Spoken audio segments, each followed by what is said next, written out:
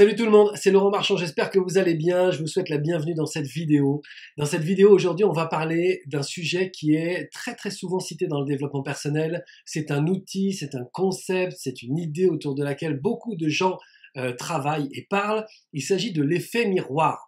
Et donc j'ai trouvé un article qui se révèle être un article qu'on trouve très souvent sur internet qui nous parle de l'effet miroir et qui en fait n'en parle pas du tout parce que la majorité des gens se plantent lorsqu'ils parlent de l'effet miroir et ils confondent avec ce qui est dans cet article, c'est-à-dire la loi des causes et des conséquences. Alors, en gros, je vous refais l'histoire. L'idée de l'effet miroir, c'est un concept qui explique, on le verra en détail tout à l'heure, mais qui explique qu'en gros, lorsqu'on est confronté à une situation qui ne nous convient pas, parce que c'est un conflit, parce que c'est une tension, parce que ça crée des appréhensions, des angoisses, bref, lorsqu'on n'est pas bien en face d'une situation, en fait, l'effet miroir, c'est un outil qui nous permet de nous servir de la situation qui nous pose un problème, celle à laquelle on se confronte, pour voir là où ça résonne chez nous et là où nous devons travailler. C'est ça l'effet miroir. Mais la plupart du temps, on se trompe en parlant de l'effet miroir et en parlant plutôt de la loi des causes et des conséquences. La loi des causes et des conséquences, en fait, elle dit si je veux être heureux dans ma vie, comment je dois être. Par exemple, si je suis triste d'être tout seul et de ne pas avoir trouvé un conjoint ou une conjointe, est-ce que cette tristesse va me permettre d'être heureux en couple un jour? Ça, c'est la loi des causes et des conséquences. En gros, qu'est-ce que je sème et qu'est-ce que je récolte? Et là, on est encore dans un article qui confond toujours ça. Alors, ça s'appelle l'effet miroir, de quoi s'agit-il? Mais ça n'explique absolument jamais ce qu'est l'effet miroir, puisqu'on parle d'autre chose. Pour autant, la loi des causes et des conséquences est quelque chose de vraiment très intéressant, parce que la loi des causes et des conséquences, pourvu que ce soit pas confondu avec l'effet miroir, c'est quelque chose qui nous aide à traiter la responsabilité. En fait, j'allais dire le concept ou le phénomène de la responsabilité, mais je peux dire la responsabilité en elle-même. Mais la responsabilité, ce n'est pas ce qu'on en croit. La responsabilité, comme d'autres mots, ont tellement été tordues, les définitions ont tellement été interprétées qu'au final, on ne sait plus vraiment ce que c'est. Parfois, j'anime des ateliers où il y a plusieurs centaines de personnes. Quand je demande ce que c'est que la responsabilité, il y a très peu de gens qui savent véritablement me répondre. La plupart des gens, en fait, répondent que la responsabilité, c'est le fait de prendre pour soi une problématique qui nous appartient ou qui appartient à un autre. En fait, pas du tout. La responsabilité, c'est pas prendre sur son dos les emmerdements des autres, ni nos propres emmerdements. La responsabilité, c'est le fait d'assumer intégralement les conséquences de nos actions. En fait, lorsque j'assume intégralement les conséquences des actions que je pose, je suis responsable. C'est-à-dire que je fais les choses en conscience.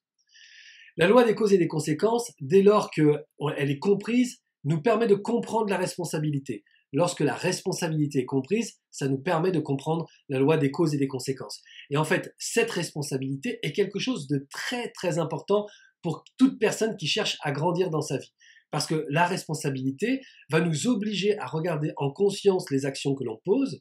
Elle va nous permettre aussi d'identifier les moments où on pose des actions sans véritablement savoir par quoi on est motivé. Ça peut être une jalousie, mais qui ne nous appartient pas. Ça peut être une colère qui ne nous appartient pas ou qui appartient pas à la situation ou à la relation qu'on a avec la personne, mais qui est une vieille colère, une vieille rancœur qui s'exprime là, on ne sait pas pourquoi. Bref, ça nous permet d'avoir les yeux ouverts sur qui on est à la base des choses. Et puis cette responsabilité, ça va nous permettre aussi de poser des actions, même si ce sont des actions désagréables, d'opposer un conflit ou d'opposer une fin de non-recevoir à quelqu'un qui nous emmerde. Cette responsabilité va nous permettre au préalable de savoir si on sera OK avec les conséquences de cette action-là, même si on se doute que les conséquences vont être difficiles. Donc la responsabilité, c'est un concept extraordinaire quand on veut avancer dans sa vie. C'est juste quelque chose de juste extra quand on a vraiment envie de rentrer dans une introspection qui soit intelligente et qui nous permette de grandir. L'effet miroir, c'est tout à fait autre chose. L'effet miroir, c'est le fait que lorsque je suis confronté à une situation et que cette situation m'emmerde, pour peu que j'ai envie d'aller chercher chez moi la source de ce qui me pose un problème, eh bien l'effet miroir, ça va être de regarder la situation et ne plus y voir une autre personne qui s'oppose à moi, mais de voir une situation à travers laquelle il se passe des choses dans moi. C'est-à-dire que je peux, à travers cette situation, me rendre compte qu'en réalité, j'agis ou je réagis ou je surréagis à quelque chose qui est effectivement anodin. Moi, j'ai travaillé l'effet miroir il y a quelques années avec un client, et en fait, on s'est rendu compte que toute la guerre qui s'était organisée avec son manager, qui était vraiment quelque chose voilà, c'était une guerre de tranchées dans l'entreprise, eh bien tout ça était lié à quelque chose qui agaçait profondément mon client. Et lorsqu'on est allé creuser, en fait, ce qui résonnait lorsqu'il voyait le manager, ce qui créait la colère, c'était ce à quoi il ressemblait. Et il se trouvait que son allure, et notamment sa moustache, comme quoi on est vraiment sur du détail, sa moustache lui rappelait un oncle qui lui avait vraiment fait beaucoup de mal quand il était petit, sauf qu'il n'avait pas conscience de cette colère qu'il avait envers son oncle, mais lorsqu'il a vu ce manager agir à peu près de la même manière, et surtout avoir le même physique, et presque les mêmes détails, partager les mêmes détails que lui, la colère a été surmultipliée, et en fait, après, il est rentré dans une guerre de tranchées avec ce manager, alors qu'en fait, au départ, la situation était assez bénie. Et l'effet miroir, c'est ça, c'est qu'est-ce que tu vois chez l'autre qui réveille tant de choses chez toi. Alors l'effet miroir, on peut s'en servir pour aller chercher qu'est-ce qui réveille la colère, mais qu'est-ce qui réveille l'amour, qu'est-ce qui réveille l'attendrissement, qu'est-ce qui réveille la jalousie, qu'est-ce qui réveille... Voilà. C'est comment tu te sers de l'autre comme d'un outil, ou de la situation ou de l'événement qui t'arrive comme d'un outil miroir pour voir ce qui se passe à l'intérieur de toi. Mais pour autant, ça va pas... Évidemment, après avoir identifié ça, on va semer des graines différentes et récolter des choses différentes. Mais pour autant, ça sert pas à ça. L'effet miroir et la responsabilité, c'est deux choses totalement différentes. Et dans l'effet miroir, en fait, on a une sorte d'obligation d'introspection pour aller à la recherche de soi, pour avoir conscience de soi. Et c'est là que l'effet miroir pose un problème aujourd'hui. C'est-à-dire que l'effet miroir, c'est un outil d'il y a 15 ans, 20 ans. Parce qu'il y a 15 ans, 20 ans, et même 30, 40, 50, on ne réagissait pas en conscience. On était porté par un schéma. Nos parents, nos grands-parents ont été élevés dans des paradigmes qui sont extrêmement schématisés. Et des paradigmes qu'ils ont renouvelés eux-mêmes, qu'ils ont transmis eux-mêmes aux générations suivantes. Et leur vie était une vie où on devait correspondre à un schéma. Le couple correspondait à un schéma, le travail correspondait à un schéma, les relations sociales correspondaient à des schémas. Et lorsqu'on était en dehors de ce schéma-là, on était souvent exclu du groupe social, on était exclu de la famille. Ce sont nos arrière-grand-mères qui ont divorcé, des femmes qui divorçaient il y a de ça 50, 60 ans. C'est juste hallucinant. Et donc elles étaient totalement exclues parce qu'on ne comprenait pas qu'elles appartiennent pas au schéma. Et ça, c'était dans une société qui était une société totalement aveugle et qui n'était pas une société de l'information comme on l'est aujourd'hui. Mais il se trouve que depuis, entre cette période et maintenant, il s'est passé une sorte de révolution absolue. C'est une révolution médiatique, technologique, et la révolution notamment des réseaux sociaux. Ce qui fait quoi? Ce qui fait qu'en fait, à partir d'un certain moment, on a commencé à avoir, avec l'avènement des internets, on a commencé à avoir une sorte de capacité à consulter 1 milliard d'informations en même temps. Et ces informations nous ont emmenés vers des choses qui étaient insolites, nouvelles, originales. Et on commençait à ouvrir, élargir nos points de vue, nos visions, notre état d'esprit. On a commencé à avoir, avec notamment Facebook, mais on a commencé à avoir avec les réseaux sociaux, des amis au bout du monde, des gens avec qui on communiquait en anglais, mais sans pouvoir se dire qu'un jour on les rencontrerait en vrai. C'est absolument colossal cette transformation-là. Et cette transformation a créé des générations nouvelles avec on va dire des transferts d'informations multipliés par X. Donc, une conscience différente du monde, une conscience différente de l'humain, une conscience différente de la planète, une conscience différente de soi. Et aujourd'hui, on est vraiment dans une ère où la conscience de soi est beaucoup plus facile et beaucoup plus évidente. Donc, on n'a pas forcément besoin de l'effet miroir pour savoir aller à l'introspection, puisque dans notre modèle d'évolution à chacun, nous sommes déjà là-dedans.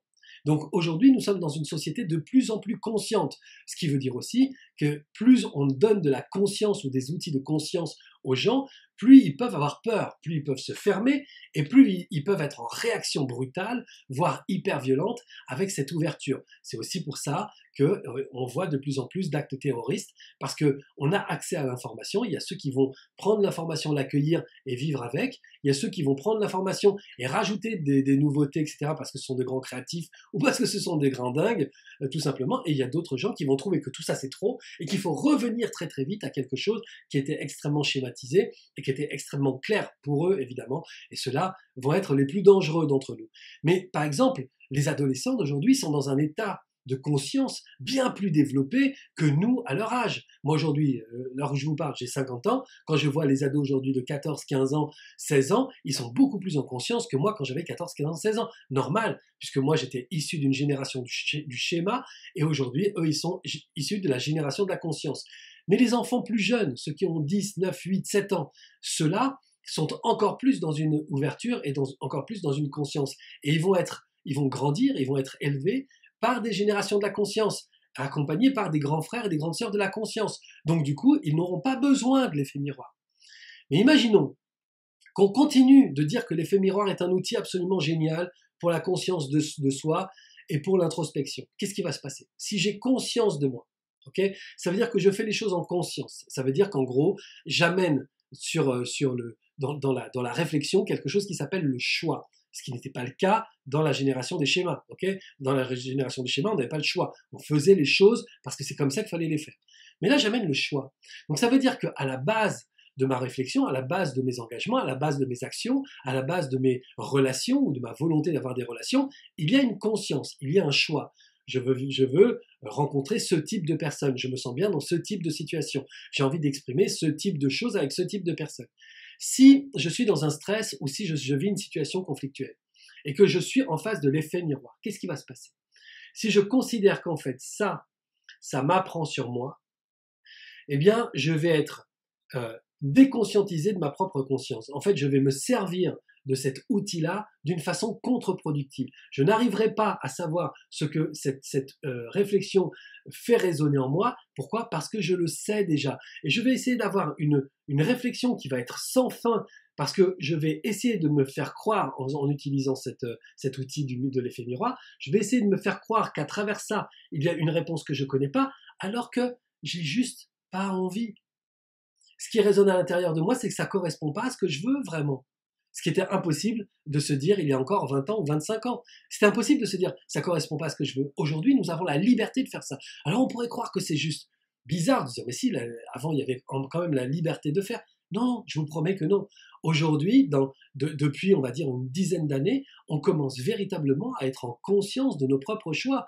Mais je vous le dis, moi qui anime des groupes de plusieurs centaines de personnes, lorsque je demande aux gens qu'est-ce que vous voulez vraiment, il y en a, ce sont des réflexions qui ne sont pas anciennes, ce sont des réflexions qui sont toutes jeunes, voire des gens qui se posent la question pour la première fois.